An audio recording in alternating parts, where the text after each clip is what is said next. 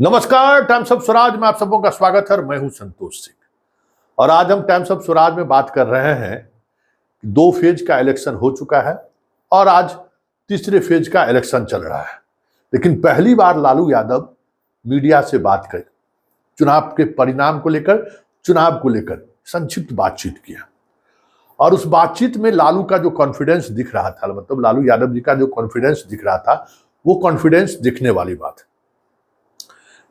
वो भी तब जब ये कहा जा रहा था कि लालू यादव 2024 नहीं 2025 की तैयारी में लगे हुए हैं और स्वाभाविक तौर पर उनका जो टिकट वितरण का जो फॉर्मूला रहा, वो फॉर्मूला भी यही दिखा रहा था कि ये 2024 को लेकर गंभीर नहीं है। 2025 में तेजस्वी कैसे बिहार का मुख्यमंत्री बने, बिसात इसी की बिछाई गई है।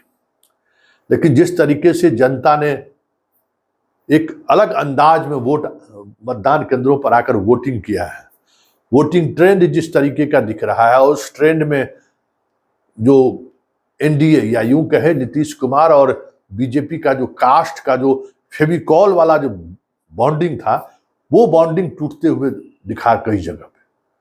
मतलब अब तो बहुत सारी चीजें स्पष्टता के साथ सामने आ गई है।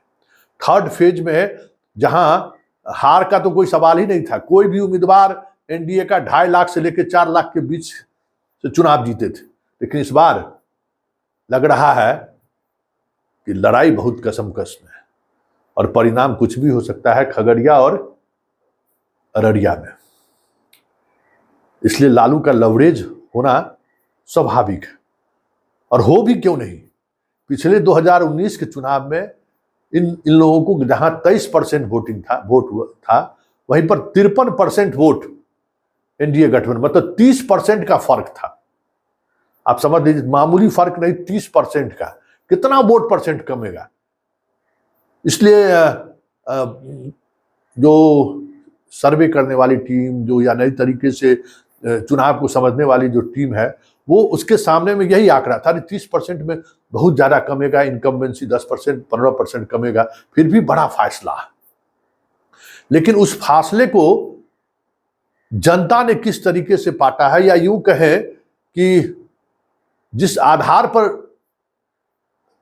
लालू ने टिकट वितरण किया है, वो आधार इस तरीके से फिट बैठ जाएगा, किसी ने नहीं सोचा था। कुर्मी बगावत पर है, कुशवाहा बगावत पर है, सहनी बगावत पर है, जो एनडीए का कोर वोट।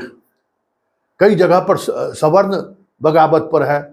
अब जहां सवर्ण उम्मीदवार आरजेडी की तरफ से हो गया है, अब वैशाली में मुन्ना शुक्ला, सब भूमियार लोग उनके साथ।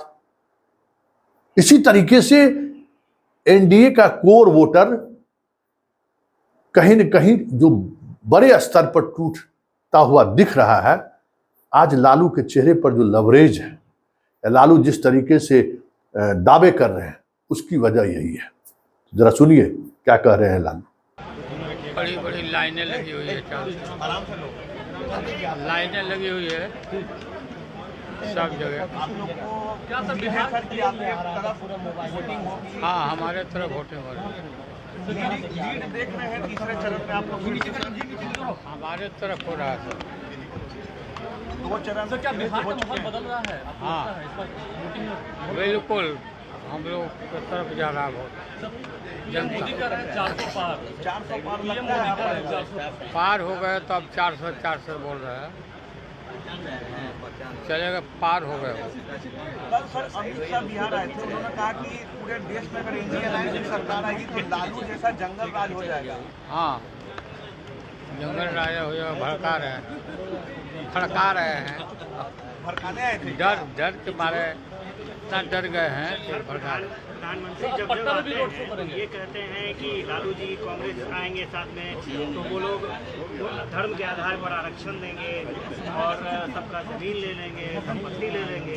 आरक्षण के पक्षधर है ना, वो तो संविधान को खत्म करना चाहते हैं, लोकतंत्र को खत्म करना चाहते हैं।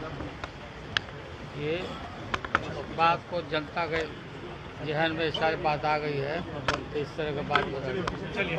मुसलमान में बांट देंगे, ये मुसलमानों के प्रति ऐसा कह रहे हैं कि मुसलमानों को हम लोग आरक्षण दे रहे हैं, ओबीसी का लेकर मुसलमानों को दे रहे हैं। मुसलमानों में बांट देंगे। रिजर्वेशन तो मिलना चाहिए मुसलमानों को पूरा।